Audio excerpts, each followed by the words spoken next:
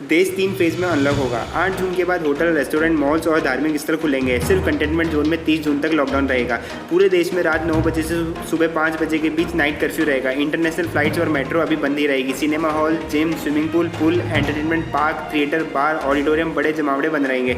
चर्चा लॉकडाउन 5 की थी, सामने आया अनलॉक 1 का फॉर्मूला। केंद्र सरकार ने शनिवार को नए नाम से लॉकडाउन के कायदे बताए। गृह मंत्रालय ने अपने 7 पन्ने के आदेश में 3 बड़ी बात कही। पहली, देश के सभी कंटेनमेंट जोन में 30 जून तक लॉकडाउन बदस्तूर जारी रहेगा। अभी देश के 12 राज्यों के 30 शहरों में कंटेनमेंट जोन है। दूसरी, अनलॉक करने की पहली किस्त में देश को 3 फेज में खोलने की तैयारी, लेकिन इसके लिए स्वास्थ्य मंत्रालय यानी SOP तौर तरीके तय करेगा। तीसरी, देश भर में रात का कर्फ्यू जारी रहेगा, यानी रात 9 बजे से सुबह 5 बजे तक कहीं भी आवाजाही पर रोक लगी रहेगी। हाँ, जरूरी सेवाएं का इसमें छूट मिलेगी। अब सरकार के आदेश को इस नज़र से देखते हुए क्या क्या खुल रहा है, कब से खुल रहा है और किन शर्तों पर। पहला फेज़ 8 जून के बाद ये जगह खुल सकेगी। धार्मिक स्थल, इबादत की जगह, होटल, रेस्टोरेंट और हॉस्पिटलिटी से जुड़ी सर्विसेज, शॉपिंग मॉल्स। शर्तें, स्वास्थ्य मंत्रालय इसके लिए स्टैंडर्ड ऑपरेटिंग प्रोसीजर जारी करेगा ताकि इन जगहों पर सोशल डिस्टेंसिंग बरकरार रहे और यानी कोरोना नहीं फैले।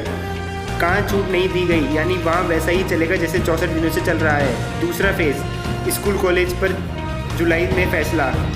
स्कूल कॉलेज, एजुकेशन, ट्रेनिंग और कोचिंग इंस्टीट्यूट राज्य सरकारों की सलाह लेने के बाद ही खुल सकेंगे। राज्य सरकार बच्चों के माता पिता और संस्थानों से जुड़े लोगों के साथ बातचीत कर इस पर फैसला कर सकती है।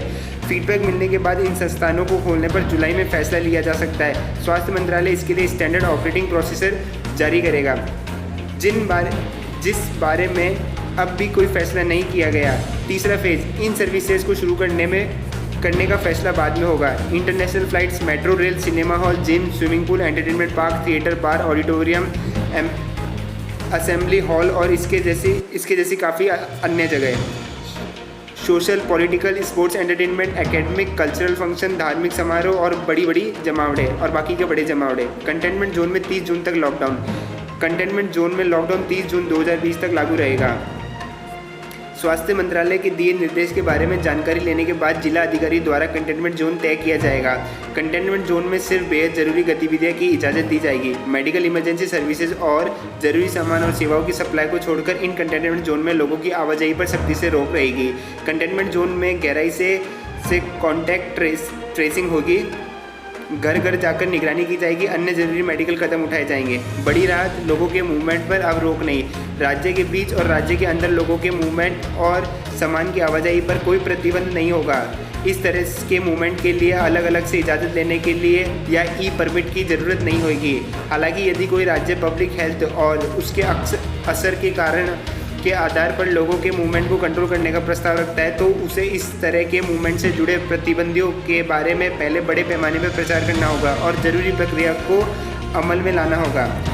बड़ी बंदिश, पूरे देश में रात 9 बजे से सुबह 5 बजे के बीच नाइट कर्फ्यू।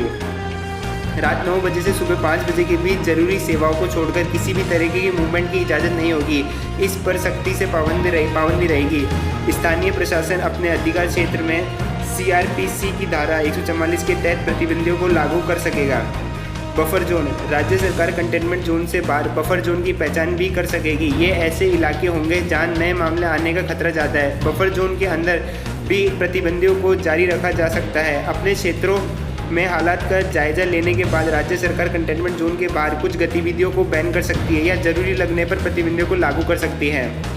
ट्रेनें, उड़ानों से आवाजाही, यात्री ट्रेन और श्रमिक ट्रेनों के जरिए आवाजाही, घरेलू हवाई यात्रा, देश से बाहर फंसे भारतीय नागरिक और विदेश जाने वाले लोगों की आवाजाही, विदेश नागरिकों को उनके देश भेजने और भारतीय नाविकों का साइन ऑन और sign off standard operating procedure के मुताबिक होगा। कई राज्य पड़ोसी देशों के साथ संधियों के तहत क्रॉस लैंड बॉर्डर कारोबार के लिए किसी भी प्रकार के सामान कार्गो की आवाजाही नहीं रोकेगा।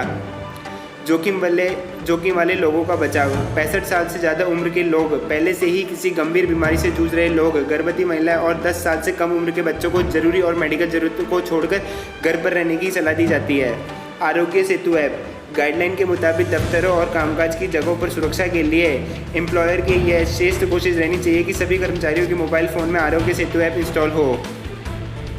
लोगों को इस पर अपना हेल्थ स्टेटस अपडेट करना होगा। इससे उन लोगों को फ़ौरन मदद मिल सकेगी जिनमें संक्रमण होने का खतरा है। जिला प्रशासन स्थानीय स्तर पर आरोग्य सेतु ऐप को अपने मोबाइल में इंस्टॉल करने की सलाह देगा। गाइडलाइंस का सख्ती से पालन करना होगा। राज्य और केंद्र शासित सरकारें गाइडलाइन में किसी भी स्थिति में ढील नहीं देगी, क्योंकि ये डिजास्टर मैनेजमेंट एक्ट 2005 के तहत जारी की गई है। सभी जिला मजिस्ट्रेट गाइडलाइंस का कड़ाई से पालन कराएंगे। अगर कोई केंद्र सरकार द्वारा जारी गाइडलाइंस का उल्लंघन करता है तो उसके खिलाफ डिजास्टर मैनेजमेंट एक्ट 2005 की धारा 51 से 60 और IPC की धारा 188 के तहत कानूनी कार्रवाई की जाएगी।